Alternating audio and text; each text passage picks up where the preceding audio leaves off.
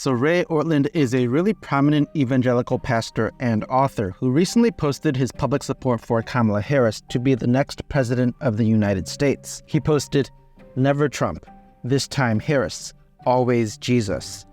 And the backlash was so intense that he ended up doing something I actually didn't expect, but we'll get to that later. First, let's take a look at how people responded. If you don't know who Ray Ortlund is, here's a post about who's at his church. "Let's meet the leadership team at Immanuel Church in Nashville, shall we? Some, well, interesting fellow travelers at the church whose pastor to pastors, Ray Ortlund, just endorsed Kamala Harris. Samuel Allberry, who soft pedals compromise." Just a side note, I don't really know anything about Samuel Allberry, so I don't know if what William says is true or not. Feel free to share in the comments if you know more about Samuel than I do. Barnabas Piper. This is John Piper's son, I think, and I don't really know anything about him either. I do know that John Piper once wrote an article that equated Donald Trump's unsavory character with the evil platform of the Democratic Party, which I, along with many others, thought was a really bad article. Russell Moore, Democrat operative. We'll talk a little more about Russell Moore later, because there's quite a lot to say about him too. Gavin Ortlund. Tough day for the I swear he's conservative bros out there. Gavin Ortlund obviously is Ray Ortlund's son, and he was recently the subject of some controversy because Basham called out his support of the left's position regarding climate change and what needs to be done about it. But many of his defenders adamantly defended his conservatism.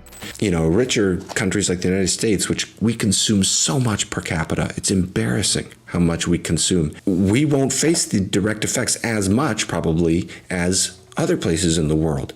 If you are pro-life, you should care about climate change, because when there is a drought or a famine in a poor country, people die. The particular beliefs of Christianity, the particular worldview that is inculcated by the Christian gospel, is one that should naturally incline us to care about issues of stewardship and sustainability and responsible usage of resources and things like that. I'm just deeply concerned that there is an anti-science mentality that evangelicals often have. The problem I have with what Gavin is saying is that he's pretty much only blaming and attacking Americans and evangelicals, rather than pointing out that the biggest contributing factor to quote-unquote climate change, which is a ridiculous and manipulative term to use in the first place, is countries like China that emit far more carbon than any other country. Some evangelicals aren't anti-science, but they're tired of what they see as a double standard and unrealistic proposed solutions that harm people's quality of life for reasons that seem more political than actually useful. For example, paper straws. Now, we don't know if Gavin completely agrees with his dad concerning Kamala Harris, but the fact that his very father has publicly come out in support of Kamala Harris seems to suggest that maybe Gavin could possibly feel the same way. If you want to see the microcosm of compromised Big Eva in one church, Immanuel is your one-stop shop. William also points out Ray Ortlund is an emeritus council member at the Gospel Coalition.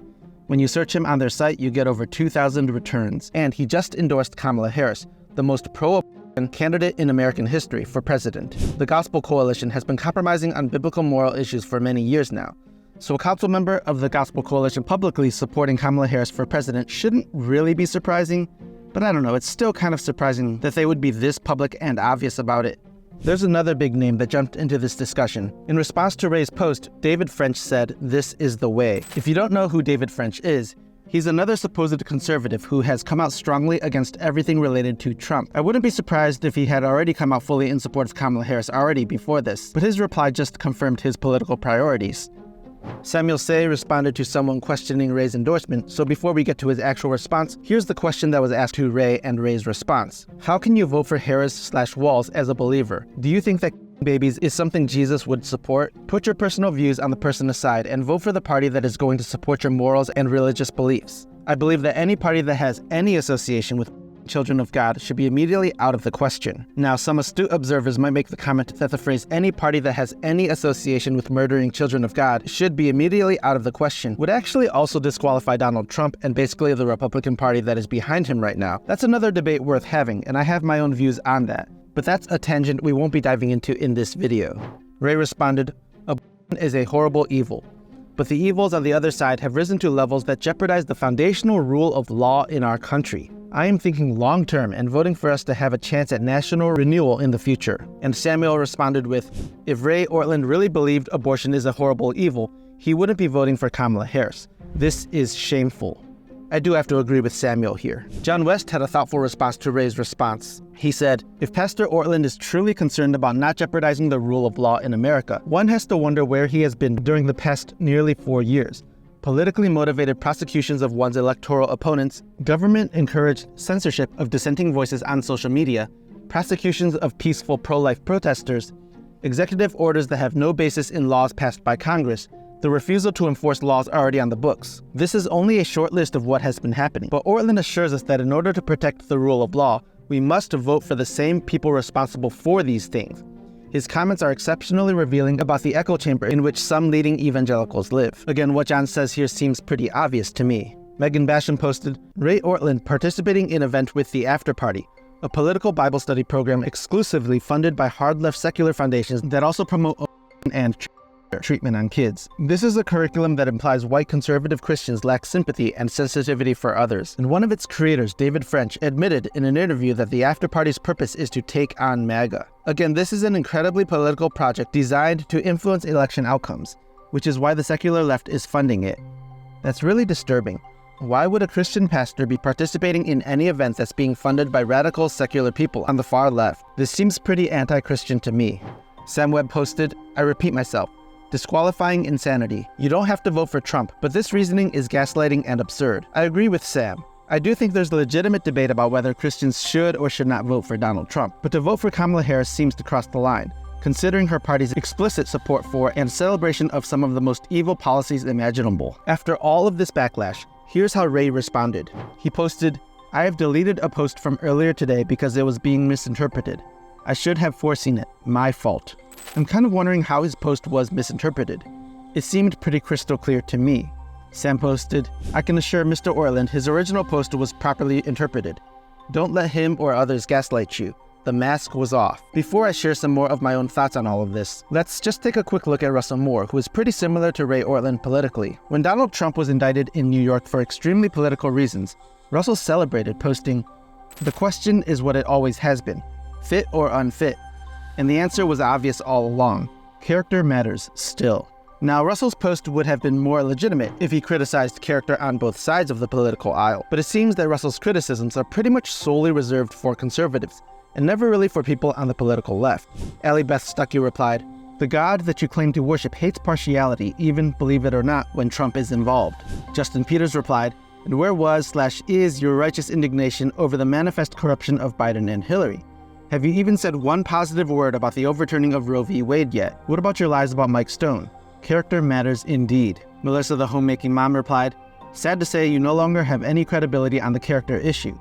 Megan Basham replied, only the smallest and most unpatriotic of men would cheer this weaponization of the courts. It's fine to think that Trump is unfit for office. The place to make that case is on the campaign trail. But the political use of the justice system is a travesty for all Americans. You are the one who cares more for power than the health of our constitutional republic. You are unmasked, and for that reason, I'm grateful for your candor. By the way, everyone remembers that it took you weeks to make a statement on Dobbs. We see what your priorities are. And Samuel Say replied, you're the editor-in-chief of a publication that promotes progressive Christianity. You're not credible, sir. It's pretty disturbing that so many prominent evangelical Christians are publicly supporting a presidential candidate who supports and celebrates some of the most evil policies imaginable about ending the lives of preborn children and destroying the lives of countless children by confusing them about whether they are male or female.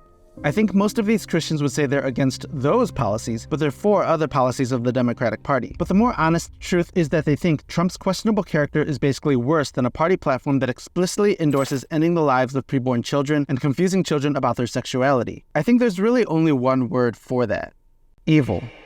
From certainly a biblical standpoint, Christians could not vote Democratic because there's no way that a Christian can affirm the slaughter of babies, activity, homosexual marriage, or any kind of gross immorality.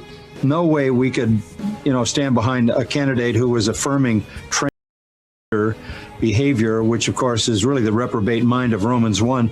So I said, these things aren't even political for us, sir. I said, these things are biblical.